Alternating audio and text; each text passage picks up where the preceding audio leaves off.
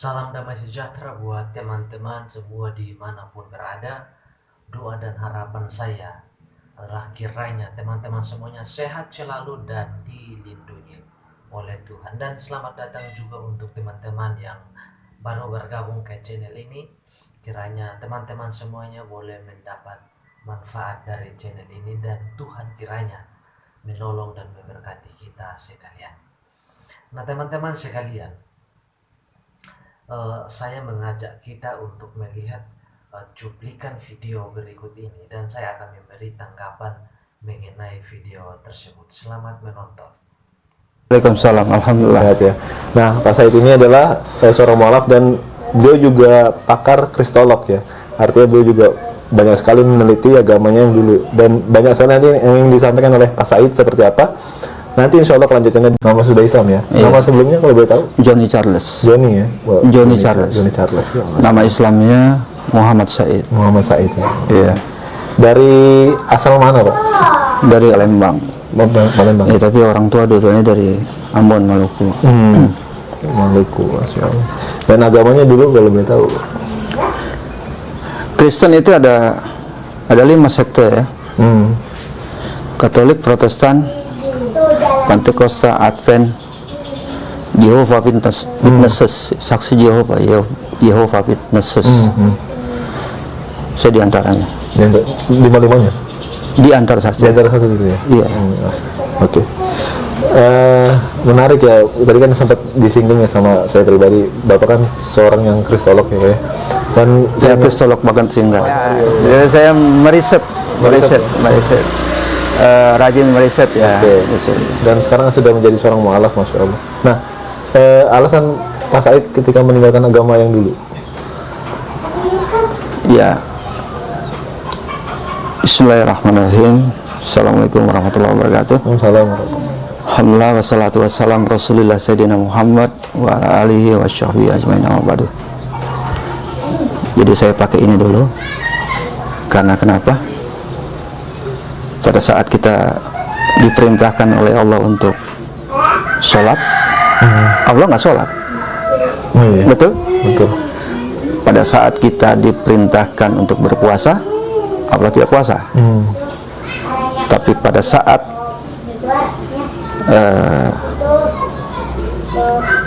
Allah memerintahkan kita untuk bersalawat, apakah Allah bersalawat? Bersalawat. Makanya saya salawat dulu. Gitu kan? Allahumma shalli ala sayyidina Muhammad. Masya Allah. Begitu. Jadi ada yang menarik yang menjadi pertimbangan saya untuk saya hijrah ke agama Islam ya. Yang pertama adalah tentang ketuhanan Yesus. Ada salah satu sekte di dalam Kristen itu yang kental sekali mempercayai, bahkan semua mungkin ya. Kalau semua memanggil Tuhan Yesus ya. Protestan maupun Pentakosta maupun dan sebagainya. Tetapi kalau Katolik dia kental dengan doktrin Trinitas. Ya. Allah Bapa, Putra dan Roh Kudus. Allah Bapa ya Allah, Tuhan Allah. Putra yaitu Yesus Kristus. Dan Roh Kudus. Ketiga-tiganya mempunyai kuasa yang sama. Tetapi pada dasarnya salah itu. Kalau mereka mau membuat suatu doktrin, maka buatlah doktrin duinitas, jangan trinitas. Karena Allah, oke lah, Allah oknum, pribadi. Dalam artian pribadi yang rohani ya, pribadi rohani. Yesus Kristus, Isa alaihissalam juga pribadi rohani. Tapi Roh Suci bagaimana? Roh Suci itu kan di dalam Bible sendiri mengatakan bahwa Roh Suci itu adalah tenaga aktif Allah, daya kekuatan Allah. Manusia diciptakan oleh Allah, kemudian Allah menghembuskan, ya kan, memberikan daya hidup kepada manusia itu, daya kekuatan Allah, sehingga manusia itu bisa bergerak, bisa hidup kan, gitu. Jadi itu daya kekuatan Allah, spirit. Nah itu bukan pribadi. Rohul Kudus itu bukan pribadi. Kalau kita, Allah meniupkan ruhnya kepada manusia sehingga manusia itu hidup kan. Maka apa dasarnya gitu? Nggak ada dasarnya. Mereka membuat doktrin Trinitas itu salah besar. Kalau mau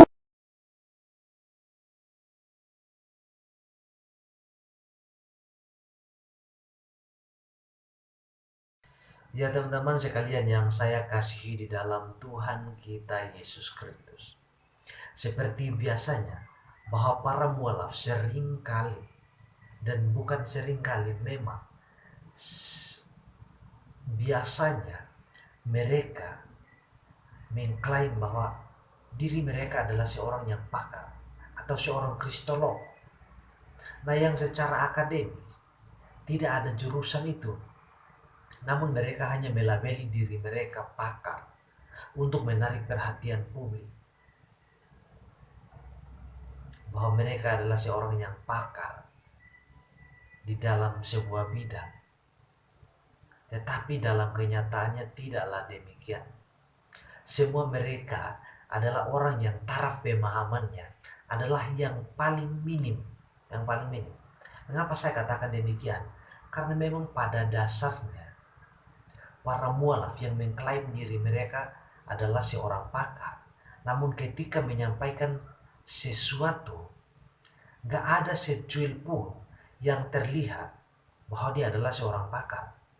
Dan itu yang membuat saya heran dengan para mualaf. Nah, kemudian yang paling parah adalah para pendengar yang mereka tidak ngerti apa-apa tentang kekristenan. Nah, kemudian jika seseorang menyampaikan sesuatu yang mendukung Islam, maka mereka tidak peduli entah itu benar, entah itu salah. Itu tidak menjadi penting buat mereka. Sebab yang penting bagi mereka adalah mengangkat Islam. Nah, alasan beliau tadi meninggalkan kekristenan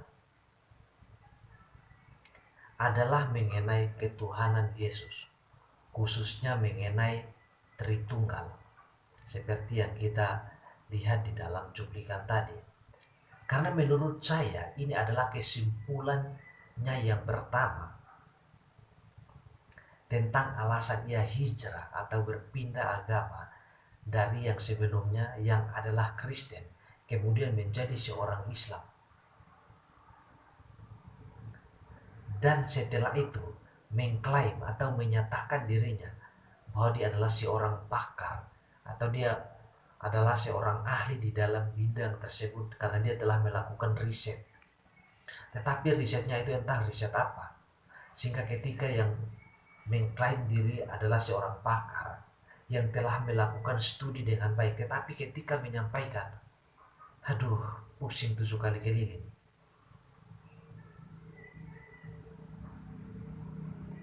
Ya, karena orang-orang ini saya tidak tahu otak mereka itu seperti apa.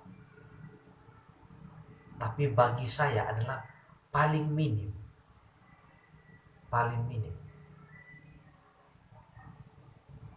Nah, Ustadz tadi karena tidak paham mengenai kekristenan, kemudian menjadi mualaf, dan ketika menjadi seorang mualaf mulai menyerang kekristenan dengan menyatakan bahwa kekristenan mempercayai sesuatu yang salah.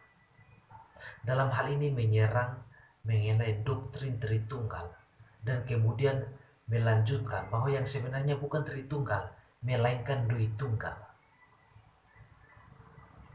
Nah, Ustadz tadi tidak paham apa-apa mengenai kekristenan.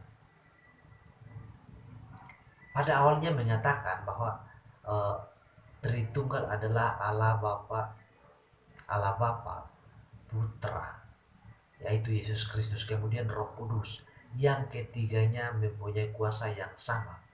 Nah, setelah menyatakan demikian bahwa itu adalah sesuatu yang salah,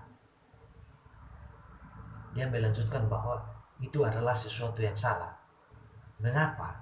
Karena dia mengatakan bahwa Roh Kudus bukanlah person, bukanlah pribadi, tetapi Roh Kudus hanya merupakan roh, hanya merupakan power atau kuasa.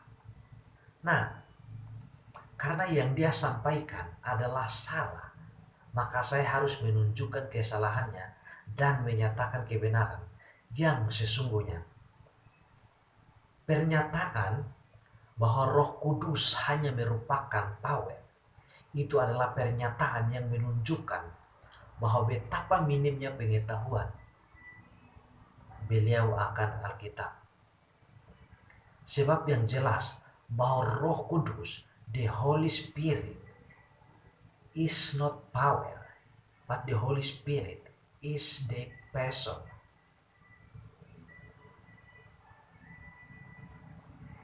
Ya.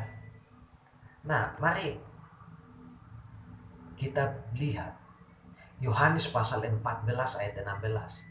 Yesus berkata, "Aku akan meminta kepada Bapa, dan Dia akan memberikan kepadamu seorang penolong yang lain, supaya Ia menyertai kamu selamanya, yaitu Roh kebenaran." Nah, perhatikan bahwa bagian ini menunjukkan bahwa Roh Kudus itu person, bukan power. Ya, seorang penolong. Nah, kalau saudara sekalian, jikalau saya bilang seorang penolong, maka kamu bilang, oh, seorang itu bukan pribadi, tetapi itu hanya power, itu hanya kekuatan. Maka otak Anda yang gak beres. Ya, otak Anda memang gak beres jikalau Anda memiliki pemahaman seperti itu. Nah, kemudian di dalam pasal yang sama, pasal 14 ayat 26, memberitahukan kepada kita bahwa penghibur itu adalah Roh Kudus yang diutus dalam namaku. Dalam namaku di sini adalah Yesus, karena Yesus yang sedang berbicara di dalam bagian ini. Dialah yang akan mengajarkan segala sesuatu kepadamu dan akan mengingatkan kepadamu akan semua yang telah ku katakan kepadamu. Nah, silahkan Anda pakai otak Anda baik-baik untuk mencermati bagian ini. Roh Kudus yang diutus oleh Bapa dalam nama Yesus, Dia akan mengajar, mengingatkan. Nah, kalau otakmu waras, maka kamu akan berhenti mengklaim bahwa Roh Kudus hanyalah power. Roh Kudus hanyalah merupakan kuasa. Karena kalau Roh Kudus hanya power, maka Dia tidak bisa mengajar, Dia tidak mungkin mengajar. Dia tidak mungkin bisa mengingatkan. Tentu tidak bisa memikirkan sesuatu. Ya, karena orang kalau mengajar, menyampaikan, mengingatkan, tentu dia punya feeling dan sebagainya. Nah, kalau dia hanya punya, kamu bilang dia Holy Spirit, Roh Kudus itu hanya power, maka saya kira Anda itu adalah orang stupid.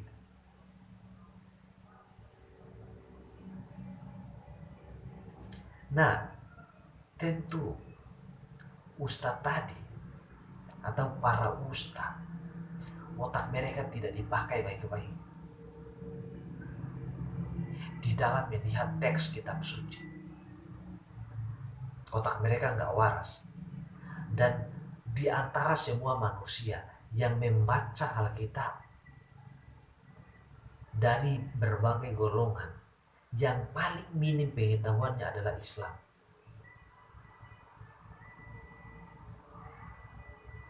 Biarkan teks itu berbicara Jangan kamu paksakan teks itu berbicara sesuai dengan apa yang kamu mau. Itu namanya pemerkosaan terhadap teks. Nah, kemudian saya lanjut. Kemudian pada pasal 26 ayatnya yang ke-15, di sana dikatakan, jikalau penghibur yang akan kuutus dari Bapa datang, yaitu roh kebenaran yang keluar dari Bapa, ia akan bersaksi tentang aku. Lagi dan lagi bagian ini menghancurkan segala kebodohan dan tipu daya iblis melalui ustadz-ustadz dan para pengajar sesat yang menyatakan bahwa Roh Kudus hanyalah power, Roh Kudus hanyalah kuasa. Perhatikan saudara saya yang saya kasihi di dalam Tuhan, bahwa ketika mencermati bagian-bagian ini, tidak ada peluang bagi Anda untuk menyimpulkan bahwa Roh Kudus itu adalah power, hanya merupakan kuasa. Kalau Anda sampai menyimpulkan begitu, maka Anda adalah orang yang paling tergoblok di antara semua manusia yang hidup di muka bumi ini. Nah, perhatikan bahwa ketika membaca Injil Yohanes, kita menemukan sesuatu yang menarik mengenai Yesus.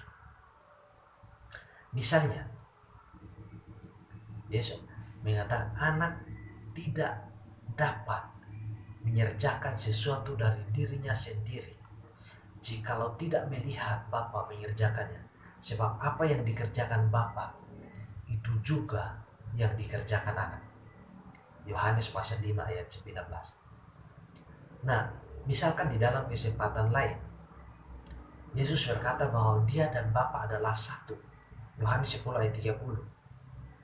Barang siapa melihat aku, dia melihat Bapa.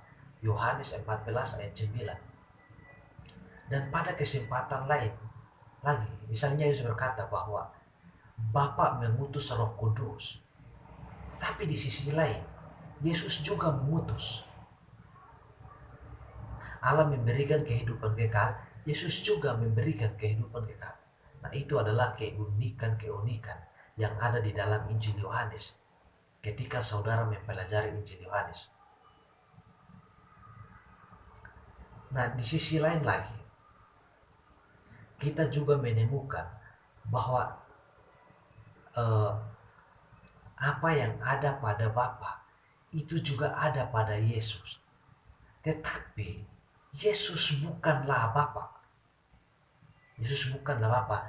Jadi masing-masing pribadi sendiri.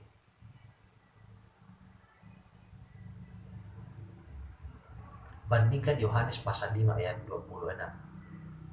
Jadi tidak ada ruang untuk menyatakan bahwa Bapa adalah Roh Kudus.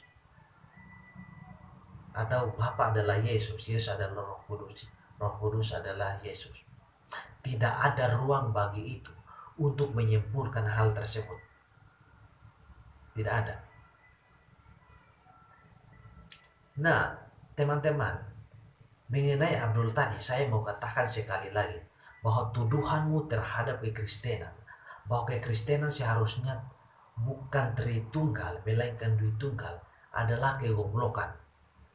Adalah kegoblokan. Karena Anda nggak paham mengenai kitab suci. Di sisi lain, Anda tidak membiarkan teks itu berbicara. Yang Anda lakukan adalah memaksakan teks itu untuk berbicara sesuai dengan apa yang Anda mau. Dan ketika teks itu tidak berbicara sesuai dengan apa yang Anda mau, maka Anda tiba-tiba mengklaim bahwa semuanya itu salah dan yang benar adalah yang kamu bicarakan.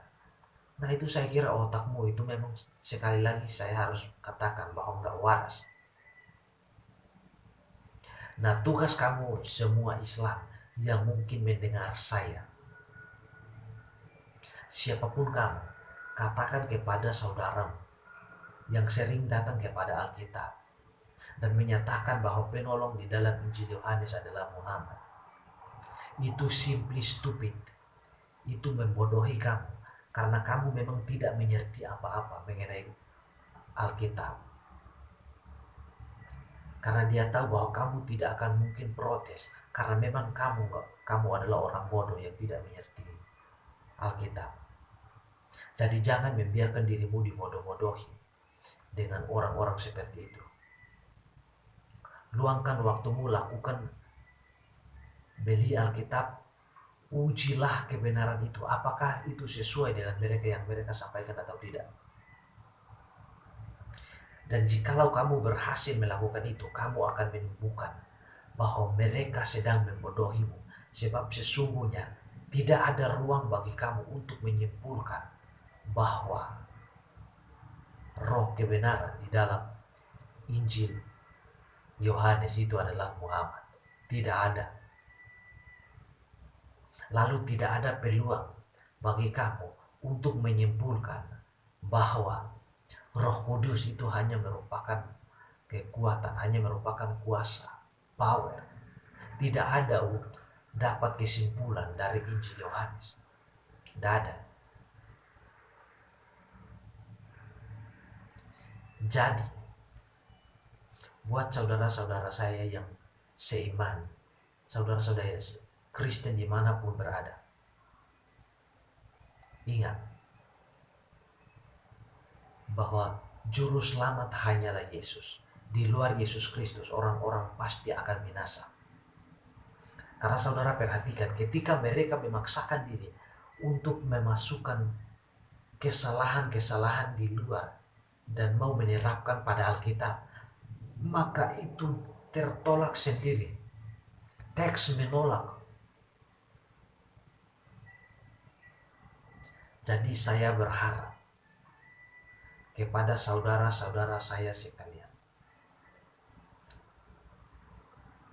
kamu senantiasa harus ada di dalam Kristus. Sebab di luar Yesus Kristus sudah pasti akan binasa. Sebab Yesus Kristus adalah Tuhan yang menjadi manusia dan menjadi korban tebusan untuk menebus kita dari kutuk dosa dan maut. Supaya ketika di penghakiman nanti kita bukan tampil sebagai orang berdosa, tetapi kita tampil sebagai orang benar. Bukan karena kebenaran kita, melainkan kebenaran Yesus Kristus yang kita terima. Sebab kesalahan kita telah dipikul olehnya di atas Kalvari. Kita yang seharusnya dikutuk oleh Allah, Dia yang menggantikan kita. Oleh karena itu saudara saya sekalian, sekali Kristus tetap Kristus. Sebab jikalau kamu berpaling dari Kristus, kamu berpaling dari gelap menuju ke terang, kamu berpaling dari kehidupan yang kekal menuju kebinasaan. Ingat itu baik-baik, camkan itu baik-baik di dalam kehidupan. Bahwa di luar Yesus Kristus tidak ada keselamatan. Dan jikalau ada keluargamu yang belum mengenal Kristus, jikalau ada keluargamu yang tidak seiman dengan kamu, sampaikanlah Injil Yesus Kristus kepada mereka. Dan biarkanlah Roh Kudus berkarya di dalam kehidupan mereka. Sebab hanya Roh Kudus yang dapat menginsafkan seseorang untuk menerima Injil Yesus Kristus. Dan mereka boleh menerima keselamatan yang datang daripada Tuhan. Tuhan kiranya menyertai saudara saya sekalian dimanapun kalian berada. Shalom.